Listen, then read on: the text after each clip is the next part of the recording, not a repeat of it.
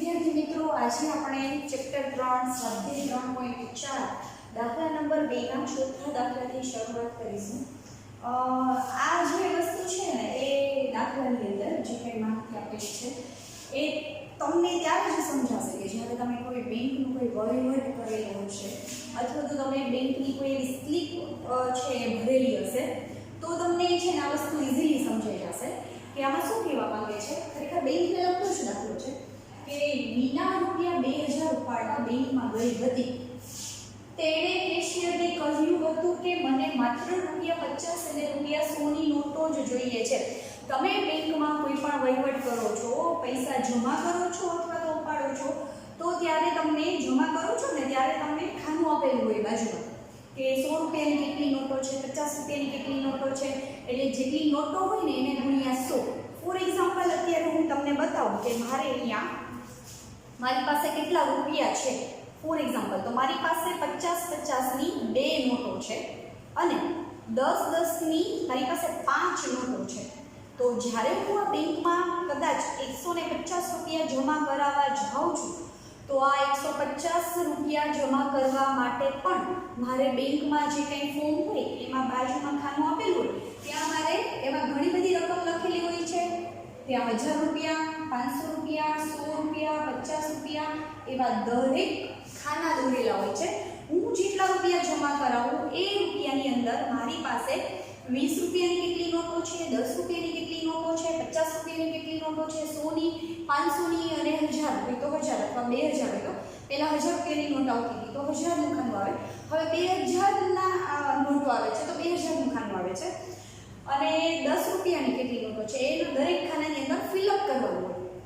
તો for example હું આ નોટને એટલે કે આ રૂપિયાને જો હું બેંકમાં જમા કરાવવા જાઉં છું તો મારે શું ફિલઅપ કરવાનું થાય તો કે મારે બીજા બધા આંકડામાં કાંઈ નથી લખવાનું પણ મારે શું લખવાનું છે તો કે મારી પાસે 100 રૂપિયાની કોઈ નોટ નથી એટલે એમાં હું કાંઈ નહીં લખું। મારી પાસે 50 રૂપિયાની 2 નોટો છે તો હું શું લખીશ તો કે 50 રૂપિયાની કેટલી નોટો છે તો કે 2 નોટો છે।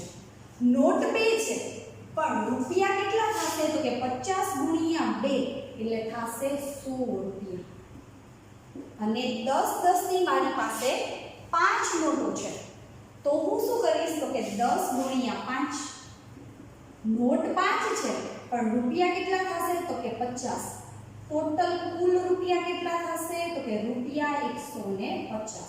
હવે આ તો વાત થઈ મારા 150 રૂપિયાની પણ દાખલામાં કેટલા રૂપિયા ઉપાડે છે જમા નથી કરાવતા ઉપાડે છે તો કે દાખલાની અંદર 150 રૂપિયા નહીં પણ 2000 રૂપિયા ઉપાડવાની વાત થાય છે અને એને કેશિયર છે કઈ નોટો આપે છે તો કે 50 રૂપિયા વાળી નોટો આપે છે અને 100 રૂપિયા વાળી નોટો આપે છે।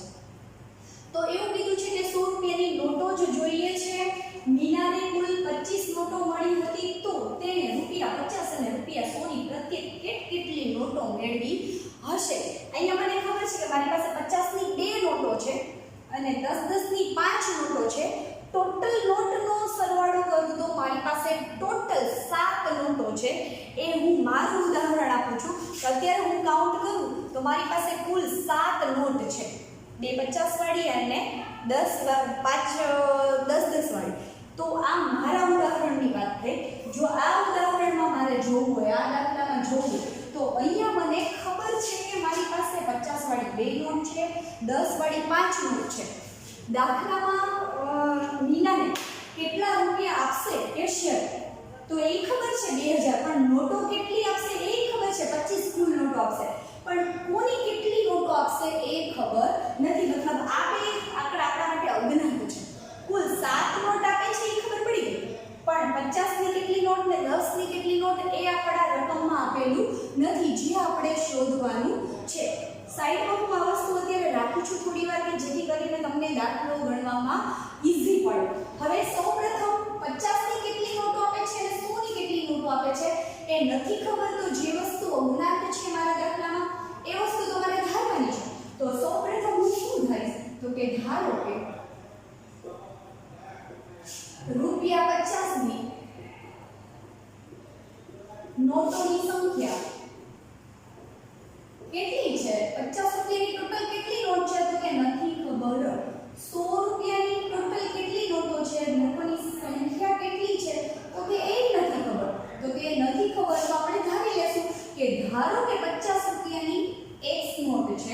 અને 100 રૂપિયાની y નોટો છે.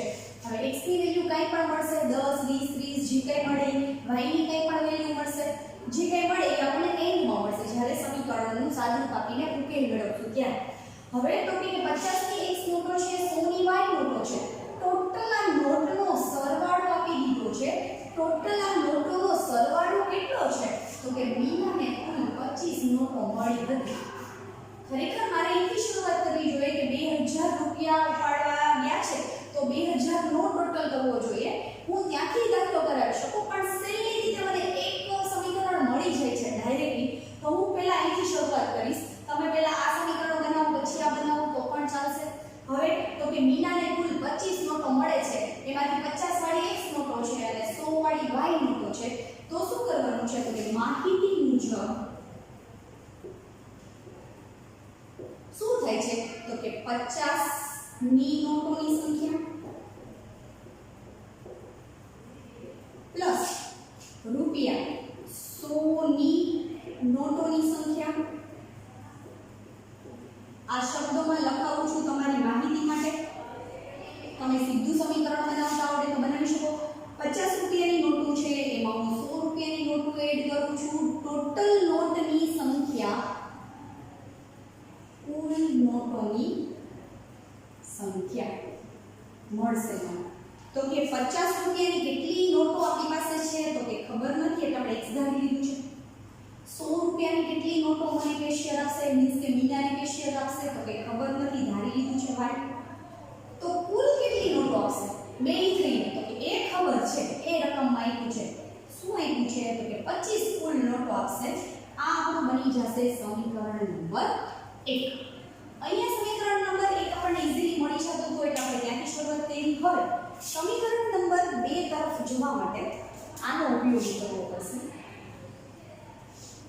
તો કે શું કરશું તો કે જેટલી નોટો 50 રૂપિયાની છે એને 50 વડે ગુણવું પડે તો મને ટોટલ રૂપિયા કેટલા થાય છે એ ખબર પડે. જો અહીંયા મેં જે કહ્યું છે કે 50 રૂપિયાની કેટલી નોટો છે તો કે 2 તો મારે 50 રૂપિયાને 2 વડે ગુણવું પડે એટલે મને 100 રૂપિયા મળ્યા. પછી 10 ની કેટલી નોટો છે તો કે મારી પાસે 5 નોટો છે એટલે હું 10 ને 5 વડે ગુણું છું એટલે મને 50 રૂપિયા મળ્યા. ટોટલ રૂપિયા કેટલા છે મારી પાસે તો 150. સેમ વસ્તુ મારે અહીંયા કરવાની છે. હું પહેલા રફ વર્ક કરીને બતાવું છું તો કે 50 રૂપિયાની ટોટલ કેટલી નોટો મીનાને આપે છે કેશિયર તો કે ખબર નથી x નોટો આપે છે તો અહીંયા શું કરવું પડે 50 ગુણ્યા x એટલે મળશે 50x. અહીંયા મળતું હતું 100 રૂપિયાની કેટલી નોટો છે મીના પાસે તો કે ખબર નથી y ધરી લીધું છે તો ટોટલ મળશે રૂપિયા 100y. પણ આ બંનેનો સરવાળો કરો રૂપિયાનો તો ટોટલ કેશિયર કેટલા રૂપિયા આપે છે મીનાને તો કે કુલ સરવાળો કરતા મીનાને મળે છે 2000 રૂપિયા. આપણું રફ વર્ક થયું. હવે આપણે એને શબ્દોમાં કન્વર્ટ કરીને લખશું ને એટલે આપણને આપણું સમીકરણ મળી જશે. જે કઈ સમીકરણ મળશે એનું આપણે સાદુરૂપ આપશું આગળ. હવે તો કે સૌપ્રથમ આપણે લખવું પડે કે 50 રૂપિયાની નોટોના કુલ રૂપિયા કેટલા થશે તો કે એના માટે આપણે શું કરવું પડશે તો કે રૂપિયા માહિતી મુજબ ફરીથી કે માહિતી મુજબ તો કે 50 રૂપિયાની નોટોના કુલ રૂપિયા કેટલા થાય તો કે 50 રૂપિયાની નોટ હોય એની કુલ સંખ્યા વડે ગુણી નાખીએ તો કે 50 ગુણ્યા x બરાબર શું થશે 50x. એવી રીતે રૂપિયા 100 ની નોટોના કુલ રૂપિયા શું થશે તો કે 100 ગુણ્યા y બરાબર 100y.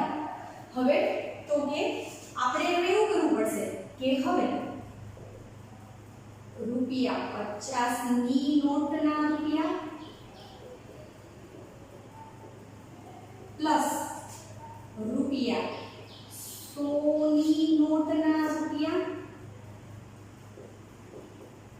તમને અહીંયા કન્ફ્યુઝન થાય તો સેજ વિચારજો શું હું કહેવા માંગુ છું કે રૂપિયા 50 ની જેટલી નોટો ભેગી કરો છો અને એ નોટોનો હિસાબ કરો છો તો કેટલા રૂપિયા થાય છે. રૂપિયા 100 ની નોટો ભેગી કરો છો અને 100 રૂપિયાની નોટોને તમે ગણો છો તો કેટલા રૂપિયા ભેગા થાય છે અને બંનેનો એ વસ્તુનું અહીંયા મેં ક્લિયરિફિકેશન આપેલું છે તો કે 50 રૂપિયાની નોટો ભેગા કરીએ છીએ તો 50 ગુણ્યા x નોટો છે એટલે 50 ગુણ્યા x એટલે 50x રૂપિયા મારી પાસે હોય.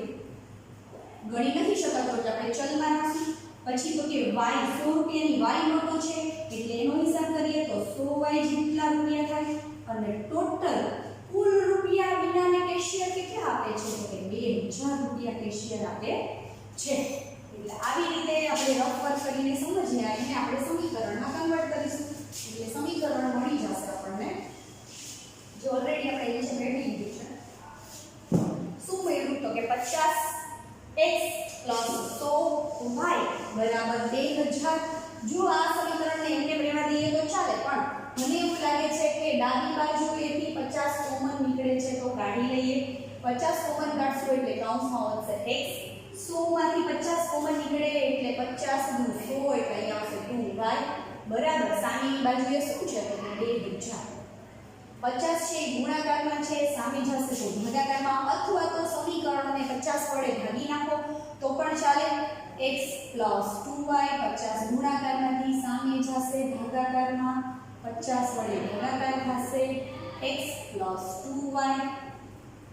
આમ જોઈએ તો 0 0 ઉડી જાય 5 × 20 એટલે અહીંયા આવશે 40. 40 × 5 200. આ આપણને જે મળે છે એ આપણું છે સમીકરણ નંબર 2. સમીકરણ અને 1 અને 2 મળી જાય છે. આ આપણું સમીકરણ નંબર 1 છે હાઇલાઇટ કરું છું. આ આપણું સમીકરણ નંબર 2 છે. બંને સમીકરણ મળી ગયા છે. સમીકરણ યુગ્મ મળી ગયા છે તો જે બે સમીકરણ યુગ્મ મળ્યા છે એના આધારે લોકની રીતે ઉકેલ મેળવીને તમારે x અને y ની વેલ્યુ મેળવવાની છે. સમીકરણ 1 અને 2 પરથી લોકની રીતનો ઉપયોગ કરીને તમારે ઉકેલ મળી જાય ત્યારે લખવાનું છે નીચે. તેથી વચ્ચેનું જે હું બ્લેન્ક રાખું છું એ તમારા માટે છે. તમારે જાતે ગણતરી કરી અને પછી એનો આન્સર મૂકવાનો છે. સાવ સહેલું છે. તમે ઇઝીલી x તો લોપ થઈ જશે. સમીકરણ 1 માંથી સમીકરણ 2 બાદ કરશો અથવા તો સમીકરણ 2 માંથી 1 બાદ કરશો એટલે તમારે સીધો જ ડાયરેક્ટ x નો લોપ થઈ જશે અને તમને y ની વેલ્યુ મળી જશે. બધું થઈ જાય પછી તમારે નીચે લખવાનું છે કે તેથી માગેલ સમીકરણ યુગ્મ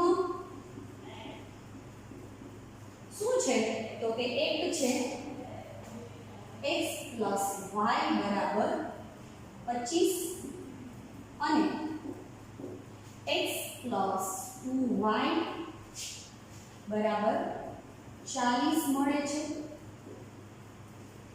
સોરી છે અને બીજું શું કીધું છે તો કે ₹50 ની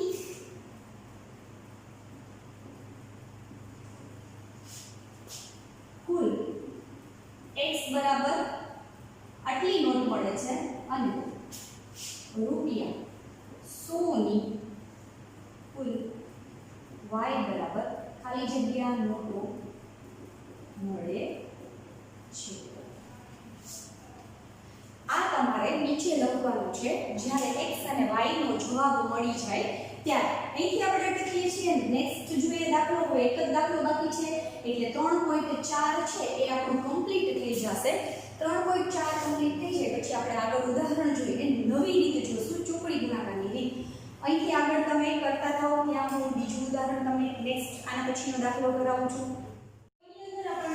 છે કે એક પ્રતિષ્ઠિત પુસ્તકાલય પ્રથમ 3 દિવસ હોય પુસ્તકનું નિશ્ચિત ભાડું લે છે અને પછીના પ્રત્યેક દિવસ દીઠ અતિરિક્ત ભાડું લે છે એટલે વધારાનું ભાડું લે છે. તો સરિતા 7 દિવસ પુસ્તક રાખવાના ₹27 ચૂકવે છે અને સૂચિ 5 દિવસ પુસ્તક રાખવાના ₹21 ચૂકવે છે. તો નિશ્ચિત ભાડું અને પ્રત્યેક વધારાના દિવસનું ભાડું શોધવાનું છે. જે શોધવાનું હોય એના માટે જ આપણે x અને y ધારતા હોય છે. તો આપણે નિશ્ચિત ભાડા માટે x ધારવું પડશે અથવા y ધારવું પડશે અને પ્રત્યેક વધારાના દિવસ દીઠ ભાડું આપણે y ધારવું પડશે. આવો એક દાખલો આપણે ટેક્સી વાળો ઓલરેડી આવી જ ગયો છે. ભાડું ચૂકવવા વાળો યાદ કરો બાળકો તમે કે જ્યારે મેં તમને કીધું કે ટેક્સીમાં અથવા કોઈ રિક્ષામાં એવું હોય છે મોટા સિટીમાં કે મીટર ઉપર ચાલતું હોય તો તમે ઓછામાં ઓછા અંતરે જાઓ તો પણ તમારે એનું નિશ્ચિત ભાડું તો ચૂકવવું જ પડે. અને વધારાનું શું તો કે તમે જેટલા કિલોમીટર અંતર કાપેલું હશે એ અંતરનું પણ તમારે ભાડું એક્સ્ટ્રા ચૂકવવાનું રહેશે. સેમ દાખલો એ જ છે, ખાલી ફક્ત તમને ટેક્સી ભાડાને બદલે તમારે પુસ્તકાલયનું ભાડું પે કરવાની વાત થઈ છે. તો સૌપ્રથમ તો તમને એવું કીધું છે કે 3 દિવસનું એક પુસ્તકનું નિશ્ચિત ભાડું લે છે. હવે તમે કોઈ પણ પુસ્તકને 10 દિવસ માટે રાખો છો તો તમારે 3 દિવસનું જે કંઈ નિશ્ચિત ભાડું છે એ તો આપવાનું જ છે. પ્લસ વધા કેટલા દિવસ વધારે વધે છે, 10 દિવસમાંથી 3 દિવસ બાદ કરું તો 7 દિવસ વધે. તો 7 દિવસનું પ્રત્યેક દિવસ દીઠનું ભાડું નક્કી કરેલું હોય એ લોકોએ, કે દાખલા તરીકે એ લોકો એવું નક્કી કર્યું હોય કે 3 દિવસથી વધારે દિવસ તમે બુક રાખો છો તો વધારાના દિવસના દરેક દિવસનું 10 રૂપિયા ભાડું બુક પર ચડતું જશે. એનો મતલબ એવો થશે કે 3 દિવસનું નિશ્ચિત ભાડું કદાચ 10 રૂપિયા હોય તો એ 10 રૂપિયા તો દેવાના જ છે તમારે. સાથોસાથ તમારે પ્લસ 10 10 10 કેટલા રૂપિયા દેવાના થાય તો કે વધારાના જેટલા દિવસો તમે રાખો એટલા દિવસ, એટલે કે 3 દિવસ વત્તા હજુ તમે 4 દિવસ વધારે રાખો છો તો 3 + 4 એટલે 7 દિવસ રાખો છો તો વધારાના 4 દિવસનું ભાડું પ્લસ કરીને એડ થઈ જશે, એટલે કે 4 દિવસનું 10 રૂપિયા લેખે 40 રૂપિયા ભાડું વધારાનું આપવાનું થાય. હવે એ જે મેં વાત કરેલી છે એને આપણે કન્વર્ટ કરવાનું છે ચલના રૂપે. તો સૌપ્રથમ આપણે ધારવાની વાત કરીએ તો સૌપ્રથમ આપણે શું ધારી લેશું, રકમ તમારી પાસે ઓલરેડી છે એટલે અહીંયા કદાચ કંઈ પણ ન દેખાય, થોડી આછી માત્ર છે તો તમે તમારી બુકમાં જોઈ લેશો. હવે ધારો કે બુકનું એટલે કે પુસ્તકનું નિશ્ચિત ભાડું 3 દિવસનું નિશ્ચિત ભાડું શું છે તો કે આપણને નથી ખબર એટલે આપણે શું કરશું, રૂપિયા x ધારી લેશું. પ્રશ્ન એ છે કે 3 દિવસથી ઓછું રાખીએ કે વધારે રાખીએ તો કે એ બધો આખો પ્રશ્ન છે. 3 દિવસ આપણને તો કીધું છે કે 3 દિવસનું નિશ્ચિત ભાડું તમારે ચૂકવવાનું રહેશે. પછી તમે 3 દિવસથી પહેલા બુક જમા કરાવી દો કે 3 દિવસ પછી જમા કરાવો, તમારે 3 દિવસનું ઓછામાં ઓછું ભાડું તો દેવાનું જ છે. 3 દિવસથી વધારે બુક રાખો છો તો ડેઈલીના હિસાબે પ્રત્યેક દિવસનું ભાડું ચડતું જશે. તો પુસ્તકનું 3 દિવસનું ઓછામાં ઓછું ભાડું રૂપિયા x છે. હવે જો 3 દિવસથી વધારે આપણે બુક રાખીએ છીએ તો પછીના પ્રત્યેક દિવસ દીઠ અતિરિક્ત ભાડું લે છે, એટલે કે એ શું લે છે, વધારાનું ભાડું લે છે. તો પછી શું લખવાનું છે આપણે કે પ્રત્યેક દિવસ દીઠ પુસ્તકનું પ્રત્યેક દિવસ દીઠ અતિરિક્ત ભાડું એટલે કે વધારાનું, આપણે જે શોધવાનું છે એ જ લખીએ, વધારાનું ભાડું. તો કે આપણને નથી ખબર વધારાનું કેટલું ભાડું લેશે પુસ્તકાલય વાળા એટલે કે લાઇબ્રેરી વાળા, તો આપણે બંને વસ્તુ ધારી દીધી છે. હવે આપણે ધાર્યા પછી આપણને એવું કીધું છે કે સરિતા 7 દિવસ પુસ્તક રાખવાના. હવે સરિતા કેટલા દિવસ પુસ્તક રાખે છે તો સરિતા કુલ 7 દિવસ પુસ્તક રાખે છે અને કેટલા રૂપિયા ચૂકવે છે તો કે 27 રૂપિયા ચૂકવે છે. તો માહિતી મુજબ શું થશે તો કે 3 દિવસ નું નિશ્ચિત ભાડું એ તો એને ભરવાનું જ છે. કુલ કેટલા દિવસ રાખે છે બુક તમારે અહીંયા લખવું તો તમે લખી શકો કે સરિતા કુલ 7 દિવસ પુસ્તક રાખે છે, પણ એ 7 દિવસમાંથી પહેલા 3 દિવસનું નિશ્ચિત ભાડું ચૂકવવાનું થશે. બાકી કેટલા દિવસ વધે છે તો કે બાકીના દિવસનું 4 દિવસનું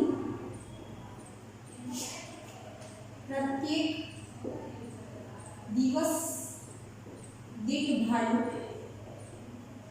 બરાબર આ બંનેનો સરવાળો કરશો તમે, સમજાય છે એવું છે, સાવ સહેલું છે. ટોટલ સરિતા 7 દિવસ પુસ્તક રાખે છે પોતાની પાસે. આના વાક્ય ફરીથી એ તમારે રિપીટ લખવું હોય તો મને વાંધો નથી, પણ ડાયરેક્ટ હું કેવી રીતે લખાવું છું તો કે સરિતા 7 દિવસ પુસ્તક રાખે છે, એમાંથી પહેલા 3 દિવસ એને નિશ્ચિત ભાડું લાગવું પડશે, એ તો એને આપવાનું જ છે. બાકીના વધારાના કેટલા દિવસ હજી બુક રાખે છે તો કે 3 પછી શું આવે તો કે 4 5 6 અને 7 એટલે હજી વધારાના 4 દિવસ એ રાખે છે, તો એને પ્રત્યેક દિવસ દીઠ ભાડું લાગવું પડશે અને એ બંને ભાડું થઈ અને ટોટલ કેટલા રૂપિયા ચૂકવે 27 રૂપિયા ચૂકવે છે. હવે તો કે અહીંયા આપણને પ્રશ્ન એ થશે કે 3 દિવસ છે તો 3 ગુણ્યા x કરવાનું થશે નહીં.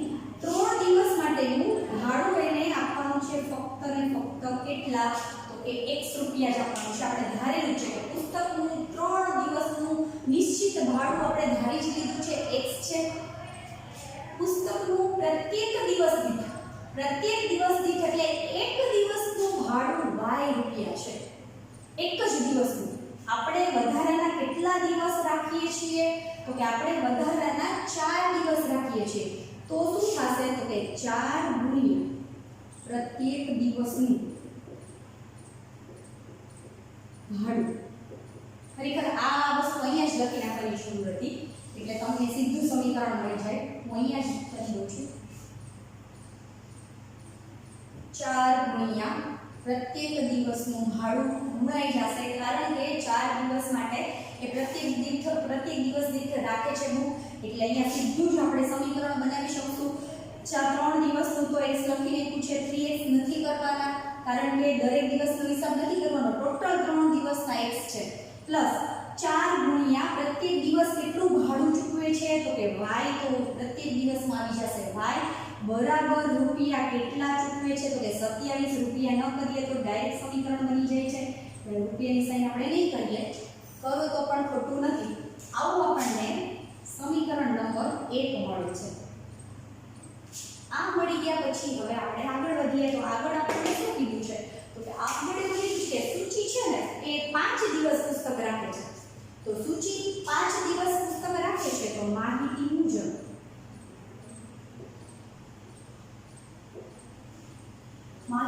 અહીંયા એક લખી નાખીએ, કેમ કે સરિતા અને સૂચિ બંનેનો ઉલ્લેખ કરેલો છે. તો સરિતા 7 દિવસ પુસ્તક રાખવાના રૂપિયા 27 ચૂકવે છે. એ જ રીતે આપણે માહિતી મુજબ શું લખશું, તો કે સૂચિ 5 દિવસ પુસ્તક રાખવાના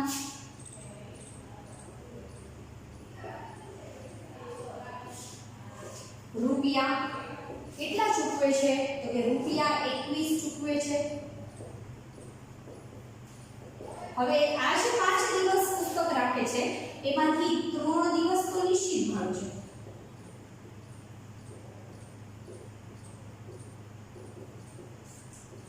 બાકીના વધ્યા કેટલા દિવસ, તો કે 5 માંથી 3 બાદ કરીએ તો વધે છે 2 દિવસ. તો 2 દિવસનું પ્રત્યેક દિવસ દીઠ ભાડું લાગશે. પ્રત્યેક દિવસ દીઠ ભાડું કેટલું ધર્યું છે આપણે, દિવસ દીઠ ભાડું, તો કે y એ આપણે પછી મૂકીશું. ટોટલ કેટલા રૂપિયા ચૂકવે છે, તો કે 21 નિશ્ચિત ભાડું, એમાં પ્રત્યેક દિવસનું ભાડું એડ કરીએ અને ટોટલ કરીને કેટલા રૂપિયા ચૂકવે છે, તો કે 21 રૂપિયા ચૂકવે છે. તો અહીંયા આપણને મળી જશે 3 દિવસનું નિશ્ચિત ભાડું, એટલે આગળની જેમ જ 3x ને પણ ફક્ત ને ફક્ત શું કરવાનું છે, x 2 ગુણ્યા આપણે પ્રત્યેક દિવસનું ભાડું કેટલું ધર્યું છે, તો કે y 2y બરાબર શું મળે છે, તો કે 21. આને કહેશું સમીકરણ નંબર 2. સમીકરણ 1 અને 2 મળી જાય પછી તો આપણા માટે સાવ જ સહેલું છે. સમીકરણ 1 અને 2 ઉપરથી લોકની રીતનો ઉપયોગ કરશું. હવે પછીના જેટલા દાખલા આવ્યા છેલ્લા 3 કે 4 દાખલા, એ બધા જ દાખલામાં તમારે ડાયરેક્ટ લોક થઈ જાય છે. તમારે આગળ કંઈ પ્રોસિજર નથી કરવી પડતી. સમીકરણ 1 અને 2 માં તમે શેનો લોક કરી શકો છો, x નો લોક કરી નાખશો, ડાયરેક્ટ જવાબ મળી જશે y નો. હવે તમે જે કંઈ પ્રક્રિયા કરો છો પછી તમારે છેલ્લે શું લખવાનું છે, વચ્ચેનું તમારું હોમવર્ક છે, વિડિયો જોતા જોતા સાથે જ કરી નાખજો. તેથી માંગેલ સમીકરણ યુગ્મ શું મળે છે, સમીકરણ યુગ્મ, તો કે એક મળે છે x 4y બરાબર 27 અને બીજું શું મળે છે, તો કે x 2y બરાબર 21 છે. તથા પુસ્તકનું નિશ્ચિત ભાડું શું છે, નિશ્ચિત ભાડું, તો કે નિશ્ચિત ભાડું x બરાબર ખાલી જગ્યા રૂપિયા, અને એ ખાલી જગ્યા તમારે પૂરવાની છે કારણ કે સાદુરૂપ આપશો પછી જવાબ મળશે.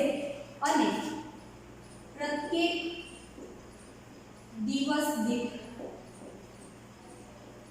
ભાડું y બરાબર ખાલી જગ્યા રૂપિયા મળે છે। અહીંયા મેં જે બે ખાલી જગ્યાઓ આપેલી છે ત્યાં તમારે આન્સર લખવાનો છે જે તમને મળે એ। અહીંયા આપણું 3.4 છે એ પૂર્ણ થાય છે, કમ્પ્લીટ થાય છે, લોકની રીત અહીંયા પૂરી થાય છે। આ લોકની રીત તમને હું એવી આશા રાખું છું કે આ લોકની રીત તમને સારી રીતે સમજાઈ ગઈ હશે। હજુ પણ કંઈ કન્ફ્યુઝન હોય તો આપણે જ્યારે રિવિઝન કરાવશું ચોમાસી એક્ઝામ પહેલા ત્યારે ફરીથી આનું આપણે રિપીટ રિવિઝન કરી લેશું કે જેથી તમને જે કંઈ ક્વેરી હોય એ સોલ્વ થઈ જાય। હવે આપણે 3.4 પછી જશું 3.5 ઉપર, ઉદાહરણ પહેલા જોઈશું પછી 3.5 ગણીશું। હવે આપણે નવી એક આપણે આલેખની રીત સમજી ગયા, એના પછી આપણે આદેશની રીત સમજી ગયા, એના પછી આપણે લોકની રીત સમજી ગયા। હજુ એક રીત બાકી છે ચોકડી ગુણાકારની રીત, એ આપણે નેક્સ્ટ વિડીયોમાં જોઈશું। ચોકડી ગુણાકારમાં આપણે કઈ રીતે સાદુરૂપ આપવાનું છે અને કઈ રીતે ઉકેલ મેળવવાનો છે। મળીએ આવતા વિડીયોમાં નવી રીત સાથે। થેન્ક યુ બાળકો।